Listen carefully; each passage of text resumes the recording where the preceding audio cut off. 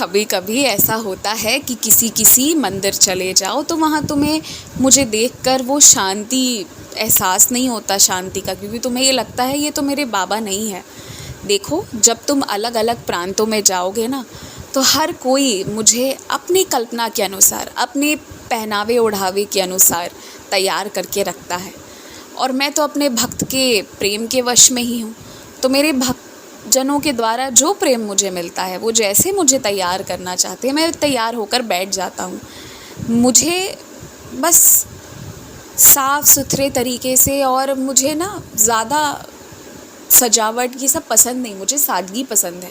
लेकिन इन सारे पसंद नापसंद से हटकर जो मुझे सबसे ज़्यादा प्रिय है वो है मेरे भक्तों का मेरे प्रति क्या विचार है, क्या एहसास है। तो इसलिए अपने भक्तों के अधीन होकर मैं अलग अलग प्रांतों में अलग अलग तरीके से बैठा हुआ तुम्हें नज़र आता हूँ। कहीं तुम्हें मुझे देखकर अत्यंत खुशी होती है, कहीं अपनापन महसूस होता है, और कहीं नहीं भी हो सकता है। कोई बात नहीं, क्योंकि तुम जो मेरी कल्पना करते हो उसमें तुम हमेशा मुझे एक बुज़ुर्ग के रूप में देखते हो। बहुत कम बार ऐसा होता है कि तुम मेरी युवावस्था में मेरी कल्पना कर सको। यही कारण है कि हर जगह तुम्हारा मन स्वीकृति नहीं देता कि ये मेरे साईं हैं। लेकिन जब भी आंखें बंद कर एहसास करने की कोशिश करोगे ना, तब पाओगे कि मैं तुम्हारे करीब हूँ, तुम्हारे निकट हूँ, और मैं तुम में ही हूँ। तुम जिस चिकित्सक के पास गए थे, तुम जिन लोगों के पास गए थे, देखा क्या तुमने? वो भी किसी गुरु को मानते हैं। मैं बस ये चाह रहा था ना कि तुम उनके गुरु को हाथ जोड़कर प्रणाम ज़रूर करो। देखो, सारे संत फ़कीर सब वो एक ही रूप हैं, उस मालिक का ही एक रूप है। तो इसलिए अनेक रूपों के प्रति मन में श्रद्धा आए ये ज़रूरी नहीं है। लेकिन हाँ, एक तरीका जो मैंने तुम्हें सिखाया है नमस्कार करने का, वो तुम कर सकते थे और वो तुम कर लिया करो। किसी को नमस्कार करने से मेरा तिरस्कार थोड़ी होगा, बल्कि ये तो ये दिखलाएगा कि जो तुम्हारे साईं ने तुम्हें संस्कार दिया है तुम उसका पालन कर रहे हो। बहुत वक्त हो चला है, तुम शिरडी गए, शिरडी से आए, सब कुछ हो गया, लेकिन शिरडी में कुछ लेना था तुम्हें जो तुम शिरडी में लेना भूल गए।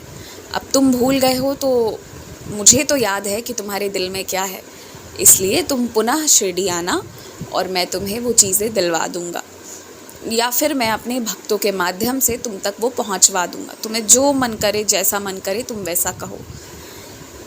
हो सके ना तो मेरे लिए कुछ मीठे मीठे फल, अगर अमरूद हो तो अमरूद में थोड़ा सा नमक लगाकर मुझे यही खिलाना, और बाद में सारे लोग मिल बांटकर उसे खा लेना प्रसाद समझकर। वैसे तो घर पे कुछ कुछ अच्छी चीज़ें होने वाली हैं, अचानक से होने वाली हैं, जो अभी तुमने सोची नहीं है, मगर खुशी का मौका आने वाला है। यानी कि मेरे लिए खीर का भोग बनने वाला है। मेरे खीर के भोग बनने की तैयारी होनी शुरू हो गई है। तुम्हें जहाँ से उम्मीद नहीं है वहाँ से कुछ अच्छी अच्छी खबरें तुम्हें सुनने को मिलेंगी। और सुनो, जो तुम्हारे पैसे रखकर भूल गए हैं ना, एक बार उनको फ़ोन करो और याद दिला दो। उनकी नीयत भूलने की नहीं थी, बस वो काम के सिलसिले में भूल गए हैं। अगर तुम एक बार फ़ोन करके याद दिलाओगे तो वो बुरा नहीं मानेंगे, बल्कि उन्हें अच्छा लगेगा कि तुमने उन्हें कर्ज मुक्त कर दिया।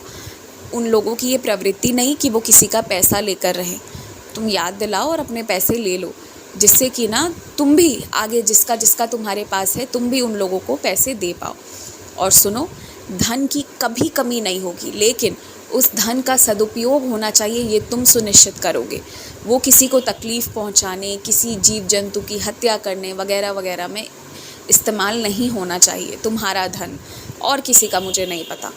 बस तुम्हारे धन से सुख, खुशी, इसी की अनुभूति सभी को हो, बस यही होना चाहिए। और मेहनत करो, सब अच्छा होगा तुम्हारा, चिंता मत करो। घर से ही घी के दीपक तैयार करके ले जाया करो और मेरे आगे 2 दीपक जला दिया करो। आयुष्मान भव।